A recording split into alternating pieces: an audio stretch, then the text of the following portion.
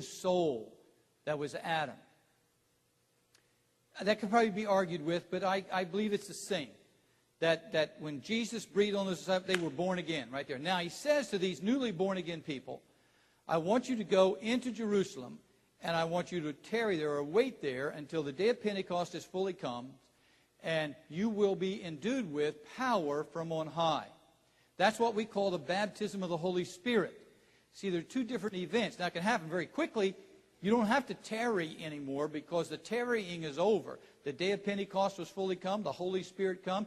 You can get born again, confess Jesus Christ as your Lord, receive the Holy Spirit, and be speaking in tongues the next instant. Because the tarrying time is over. But they're different events. But it's your spirit that gets born again. And it's your spirit that is sealed by the Holy Spirit. Now, that word sealed means, like in the past, kings with, well, actually, I have a seal. You people that are getting baptized today, you're going to be getting a baptismal certificate. And over where I signed it, we put the church seal. It's a corporate seal. You know, it's a legal document from the corporation. You are baptized, and it's signified by Barrington Christian Center Corporation that this happened on such and such a date. Well, that's what that is meaning, that word there, sealed. We are sealed up. Remember over in the book of Revelation, John saw this Lamb with the scroll, but there was nobody there that could open the scroll. It was sealed with 7 seals. Well, that's the type of seal that we're talking about. So when you give your heart to Jesus and the Holy Spirit comes in, the Holy Spirit seals you. Now, I really don't want to get into the controversy of once saved, always saved, and how many times can you backslide. I really believe you can only get born again one time. You can backslide, you can fall away, you can get back into sin by making bad choices, but it's still that same Holy Spirit that has sealed you. And an interesting thing was, you know, David said in the Old Testament, he says, he prayed this prayer, he said, take not your Holy Spirit from me. Well, that's Old Testament. And Jesus doesn't give you something and then take it away. People love to quote Job. The Lord giveth, and the Lord taketh away. Meaning that the Lord gave me health, but it's His great joy to take it away from me. The Lord gave me a nice car, but then I got into a car wreck. The Lord gave me the car, but then the Lord decided I didn't need the car, and He took it away. See, in my mind, that's very... Job truly said that, but I don't think Job was truly speaking the mind of the Spirit when he said it. Okay? The Lord loves you, and He's not going to take His Holy Spirit from you. You've got. I remember distinctly. I hadn't been pastoring here for maybe a year, and there was this young couple that came down here from another church, and they were a big help because she could really sing beautifully, and her husband was a neat guy. But they'd both been into drugs, real heavy. And years ago, there was a great move of the Holy Spirit that swept through Chestnut Assembly of God, and the people went out onto the streets of Vineland, and all these people were born again, and they were a product of that. They'd been in the drug culture, but they got saved, and they came in, and they were filled with the Holy Spirit, and they came down here. Well, she made a decision and cheated on her husband. And it just destroyed him. And I was doing my best to counsel them, and this whole thing just came apart.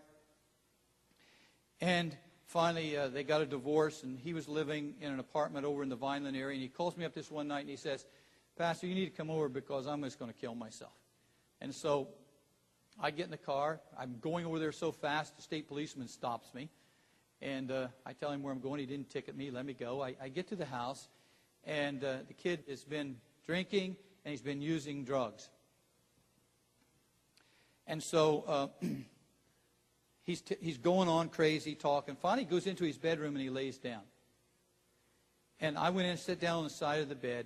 I said, well, I'm going to pray for you. And when I started to pray for him, he began to pray in tongues. And all of a sudden, he sets up off the bed and says, I'm going to kill you. And he got about this high up, and something just slammed him back on the bed again, and he started speaking in tongues again. And I'm praying, and next thing you know, he's up again. He said, I'm going to kill you. And back down he goes. All right? And this happened 3 times, and finally I said, I think I'm out of here. You know, I prayed with him and said, listen, I love you. And you say, please theologically explain that to me. How could he be praying in tongues and at the same time have a demonic entity that was going to try and take care of me, which he couldn't because I have angels around me, and the angels would knock him down? I don't see any angels around you. I had somebody pull into the yard the other day, and they said, we saw this huge angel back over here behind the church with a sword in his hand. I said, well, I've never seen him, but I believe he's there. And so anyway, see, now what's the answer to that? Well, the answer to that is the kid was crushed in his mind and in his soul, but his spirit was sealed. And the enemy could not penetrate that seal in his spirit. But see, he'd be praying. Next thing you know, he's using the most blasphemous words that you can imagine on me. But that's coming out of his head, not out of his spirit. And without going too deep into that, we are sealed by the power of the Holy Spirit. We have come into a covenant with God, and God is not going to leave you. There was a dear sister in the Lord here that she was a faithful sister in the Lord, and I loved her with all my heart, and she'd been redeemed out of a terrible, terrible lifestyle. And for some reason, ever so often, the enemy would put stuff in her mind, and I guess she would make her think that I didn't love her or like her or something. I don't know. But anyway, she'd get all upset with me. And finally, it just got so bad that see, listen, let me tell you something. If something is trying to make you hate me, it's a devil. Because Jesus loved me, called me, and set me in this place. And so any voice that is speaking to you to try and get you to dislike me, not pay any attention, not listen, that's the devil. Now, you don't necessarily have to believe that if you want. I've arrived at a point in my life where I'm not going to get all upset if you don't believe. Because I know who I am. I know that God called me. I know that he anointed me to do what I'm doing. And I know that the power of God flows through me. Okay? But you need to listen. Now, Jesus is not going to abandon you. The only way you can get away from him is for you to make a decision to walk away from him. But just like that message in tongues that came forth this morning says, if you will turn and come back to him, he'll be there for you. He wants you. He loves you. He's in covenant with you. Okay? And he's not going to break the covenant. We break the covenant, but he doesn't. All right, now why did he call Abraham? And the answer to that question is for the same reason that the Pilgrims and the Puritans came to America. They had in their spirits that God was going to establish a city on a hill that the whole world could look to and say, this is the way it should be done. Look what happens when there is a people that follow God. God called Abram so that he could make a covenant with him, blood covenant, and that God could then release. See, it has to do with legal things. God wanted to release his blessings onto the earth, but he can't bless sin. So he had to get a person that was in covenant with him that would obey him. That's why he asked Abraham to take Isaac up and sacrifice it. God didn't want Abraham to commit murder of his own son. But he was in covenant. God was going to give his son for you and for me. And according to covenant, whatever is yours is mine, and whatever's mine is yours. And all you have to do is ask, and I got to fork it over.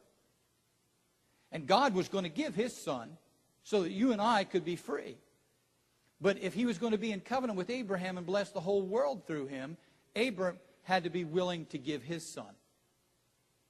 I can remember right after I'd become the pastor, Shirley and I, we didn't have a lot of earthly possessions and things like that. I had an old 67 Chevelle, and we had our house that was, at times, kind of looked like the Munsters lived there.